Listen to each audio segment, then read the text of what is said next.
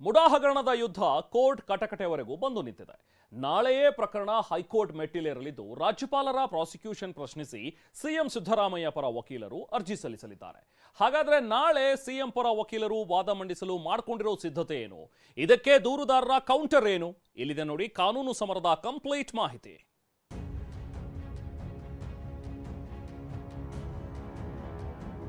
ಇಡೀ ಪಕ್ಷ ಸಾಲಿಡಾರಿಟಿಯನ್ನ ವ್ಯಕ್ತ ಮಾಡಿದ್ದಾರೆ.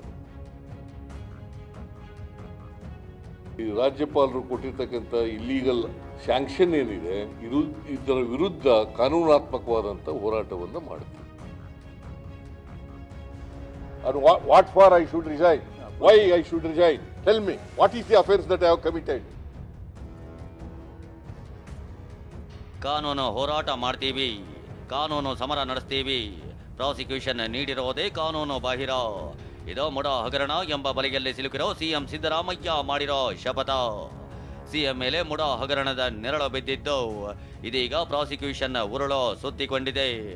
ಇದೇ ಉರುಳಿಂದ ಬಚಾವಾಗೋಕೆ ಸಿಎಂ ಸಿದ್ದರಾಮಯ್ಯ ಕಾನೂನು ಸಮರಕ್ಕೆ ನಾಂದಿ ಹಾಡಿದ್ದಾರೆ. ಈ ಯುದ್ಧ ನಾಳೆಯಿಂದಲೇ ಶುರುವಾಗ್ತಾ ಇದೆ. ನಾಳೆಯಿಂದ ಹೈಕೋರ್ಟ್ನಲ್ಲಿ ಮುಡಾ ಕಾನೂನು ಸಮರ ಶುರು. ಗವರ್ನರ್ ವರ್ಸಸ್ ಗವರ್ನಮೆಂಟ್, ಪ್ರಾಸಿಕ್ಯೂಷನ್ ವಿರುದ್ಧ ಫೈಟ್. ಎಸ್, 4 ದಶಕಗಳ ರಾಜಕೀಯ ಜೀವನದಲ್ಲಿ ಸಿದ್ದರಾಮಯ್ಯಗೆ ಅತಿದೊಡ್ಡ ಕಾನೂನು ಪರೀಕ್ಷೆ ಎದುರಾಗಿದೆ. ಇದೇ ಪರೀಕ್ಷೆಗೆ ಸಿಎಂ ಸಿದ್ದರಾಮಯ್ಯ ಸಿದ್ಧತೆ ನಡೆಸಿದ್ದು ನಾಳೆಯಿಂದ ಕಾನೂನು ಹೋರಾಟ ನಡೆಸಲಿದ್ದಾರೆ. ಇದಕ್ಕಾಗಿ ಇವತ್ತು ಸಚಿವರು, ಆಪ್ತರು ಮತ್ತು ವಕೀಲರ ಜೊತೆ ಸಭೆ ನಡೆಸಿದ ಸಿಎಂ ಹೈಕೋರ್ಟ್ನಲ್ಲಿ ಪ್ರಾಸಿಕ್ಯೂಷನ್ ಪ್ರಶ್ನಿಸಿ ಅರ್ಜಿ ಸಲ್ಲಿಸಲು ನಿರ್ಧರಿಸಿದ್ದಾರೆ. ವಿಷಯ ಅಂದ್ರೆ ರಾಜ್ಯಪಾಲರ ನಿರ್ಧಾರ ಪ್ರಶ್ನಿಸಿ ಸುಪ್ರೀಂ ಕೋರ್ಟ್ನಲ್ಲಿ ಅರ್ಜಿ ಸಲ್ಲಿಸೋ ಪ್ಲಾನ್ ಇತ್ತು. ಈ ಮೂಲಕ ರಾಷ್ಟ್ರ ಮಟ್ಟದಲ್ಲೂ ರಾಜ್ಯಪಾಲರ ನಡೆ ಪ್ರತಿಧ್ವನಿಸುವಂತೆ ಮಾಡಿದ್ರೆ ರಾಜಕೀಯವಾಗಿ ಅನುಕೂಲವಾಗುತ್ತೆಂಬ ಲೆಕ್ಕಾಚಾರವಿತ್ತು. ಆದ್ರೆ ಸುಪ್ರೀಂ ಮೊರೆ ಹೋದ್ರೆ ಪ್ರಕರಣ ಹೈಕೋರ್ಟ್ಗೆ ವರ್ಗಾವಣೆಯಾಗಬಹುದು ಅಂತ ವಕೀಲರು ಸಲಹೆ ನೀಡಿದ್ದಾರೆ.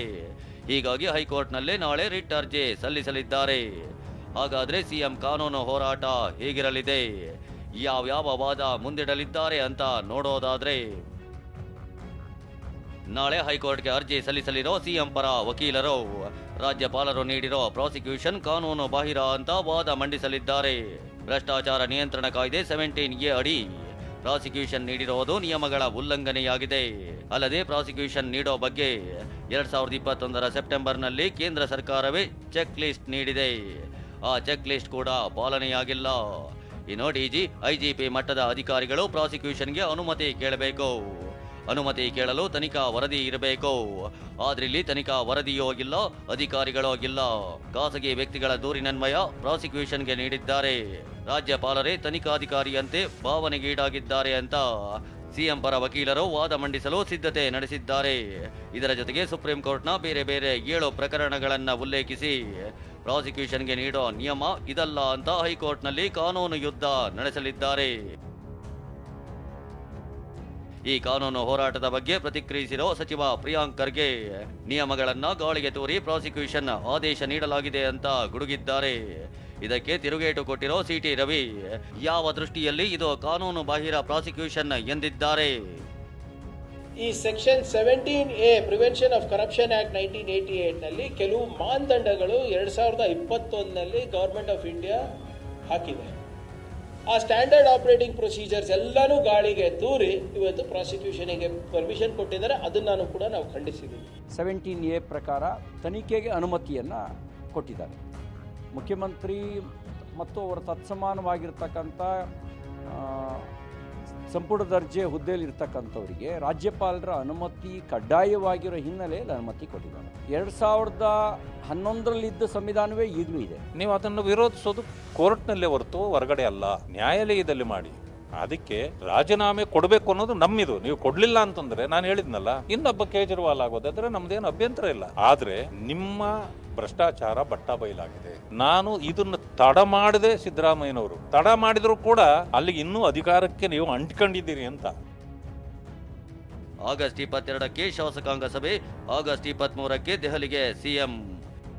ರಾಜಕೀಯ ಒತ್ತಡವೂ ಇರೋದ್ರಿಂದ ಪ್ರತಿ ಹಂತದಲ್ಲೂ ಎಚ್ಚರಿಕೆ ಹೆಜ್ಜೆ ಇಡ್ತಾ ಇರೋ ಸಿಎಂ ಆಗಸ್ಟ್ 22ರಂದು ಶಾಸಕಾಂಗ ಸಭೆ ಕರೆದಿದ್ದಾರೆ.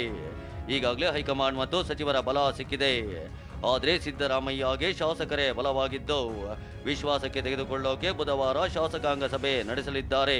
ಬಳಿಕ ಆಗಸ್ಟ್ 23ಕ್ಕೆ ದೆಹಲಿಗೆ ತೆರಳಲಿರೋ ಸಿಎಂ ವರಿಷ್ಠರ ಜೊತೆ ಪ್ರಾಸಿಕ್ಯೂಷನ್ ಬಗ್ಗೆ ಚರ್ಚಿಸಲಿದ್ದಾರೆ. ಸಿಎಂ ವಿರುದ್ಧ ದೂರು ನೀಡಿರೋ ಟಿಜೆ ಅಬ್ರಾಹಂ ಮತ್ತು ಪ್ರದೀಪ್ ಈಗಾಗಲೇ ಕೆವಿಯಟ್ ಸಲ್ಲಿಸಿದ್ದಾರೆ.